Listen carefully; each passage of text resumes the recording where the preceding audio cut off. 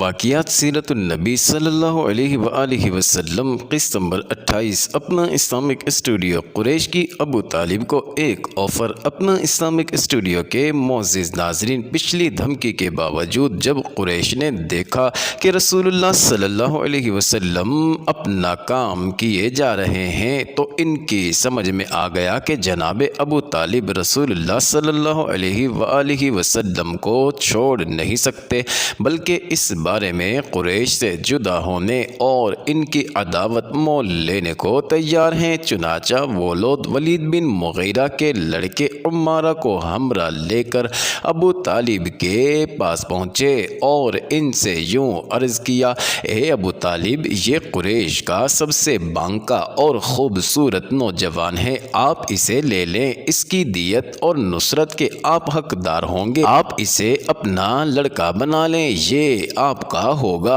اور آپ اپنے اس بھتیجے کو ہمارے حوالے کر دیں جس نے آپ کے آباء و اجداد کے دین کی مخالفت کی ہے، آپ کی قوم کا شیرازہ منتشر کر رکھا ہے اور ان کی عقلوں کو حماقت سے دو چار بتلایا ہے، ہم اسے قتل کریں گے، بس یہ ایک آدمی کے بدلے ایک آدمی کا حساب ہے۔ ناظرین، جناب حضرت ابو طالب نے کہا: اللہ کی قسم، کتنا برا سودا ہے جو تم لوگ مجھ سے کر رہے ہو، تم اپنا بیٹا مجھے دیتے ہو کہ میں اسے کھلاؤں پلاؤں پالوں پوسوں، اور میرا بیٹا مجھ سے طلب کرتے ہو کہ اسے قتل کر دو، اللہ کی قسم یہ نہیں ہو سکتا۔ اس پر نوفل بن عبد مناف کا پوتا مطعم بن عدی بولا: اللہ کی قسم اے ابو طالب، تم سے تمہاری قوم نے انصاف کی بات کہی ہے اور جو صورت تمہیں ناگوار ہے اس سے بچنے کی کوشش کی ہے، لیکن دیکھتا ہوں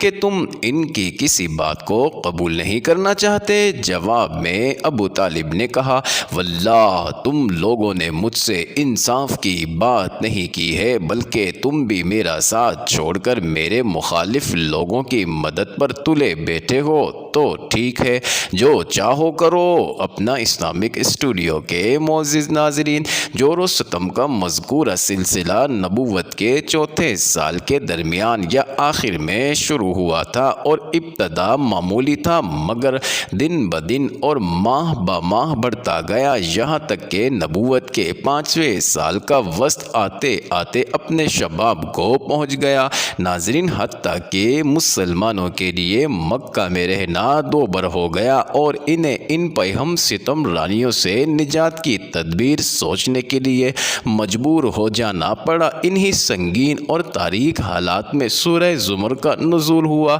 اور اس میں ہجرت کی طرف اشارہ کیا گیا اور بتایا گیا کہ اللہ کی زمین تنگ نہیں ہے، جن لوگوں نے اس دنیا میں اچھائی کی ان کے لیے اچھائی ہے اور اللہ کی زمین کشادہ ہے، صبر کرنے والوں کو ان کا اجر بلا حساب دیا جائے گا۔ ادھر رسول اللہ صلی اللہ علیہ وآلہ وسلم کو معلوم تھا کہ اصحمان نجاشی شاہ حبش ایک عادل بادشاہ ہے، وہاں کسی پر ظلم نہیں ہوتا، اس لیے آپ صلی اللہ علیہ وآلہ وسلم نے مسلمانوں کو حکم دیا کہ وہ فتنوں سے اپنے دین کی حفاظت کے لیے حبشہ ہجرت کر جائیں۔ ناظرین، اس کے بعد ایک طے شدہ پروگرام کے مطابق رجب 5 نبوی میں صحابہ کرام کے پہلے گروہ نے حبشہ کی جانب ہجرت کی۔ ناظرین، اس گروہ میں 12 مرد اور 4 عورتیں تھیں۔ حضرت عثمان بن عفان رضی اللہ تعالی عنہ ان کے امیر تھے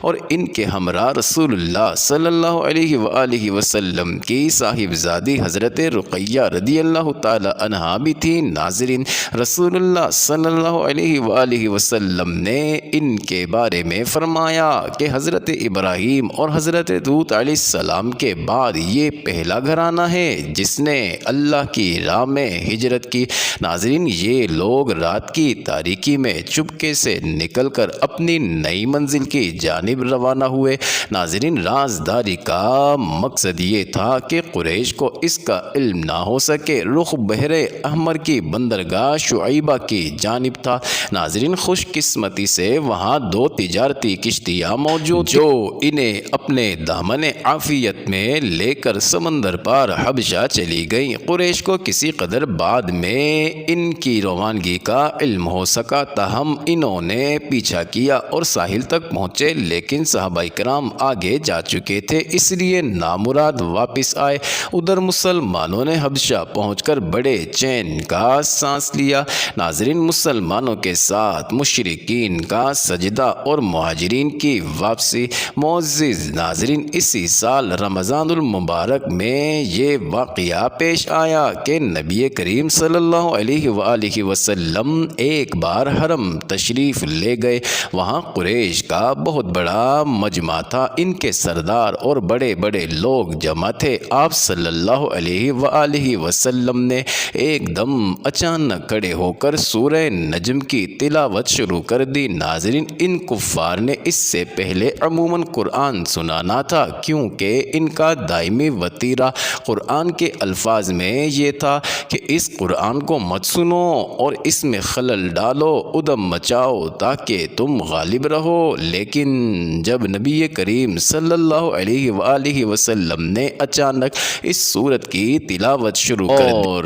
ان کے کانوں میں ایک ناقابل بیان رعنائی اور دلکشی اور عظمت لیے ہوئے کلام الہی کی آواز پڑی تو انہیں کچھ ہوش نہ رہا، سب کے سب گوش بر آواز ہو گئے۔ ناظرین، کسی کے دل میں کوئی خیال ہی نہ آیا، یہاں تک کہ جب آپ صلی اللہ علیہ وآلہ وسلم نے سورہ کے اواخر میں دل دہلا دینے والی آیات تلاوت فرما کر اللہ کا یہ حکم سنایا کہ اللہ کے لیے سجدہ کرو اور اس کی عبادت کرو، ناظرین، اور اس کے ساتھ ہی سجدہ فرمایا تو کسی کو اپنے آپ پر قابو نہ رہا اور سب کے سب سجدے میں گر پڑے۔ ناظرین، حقیقت یہ ہے کہ اس موقع پر حق کی رعنائی و جلال نے متکبرین و مستہزئین کی ہٹ درمی کا پردہ چاک کر دیا تھا، اس لیے انہیں اپنے آپ پر قابو نہ رہ گیا اور وہ بے اختیار سجدے میں گر پڑے تھے۔ ناظرین، صحیح بخاری میں اس سجدے کا واقعہ ابن مسعود اور ابن عباس رضی اللہ تعالی عنہما سے مختصراً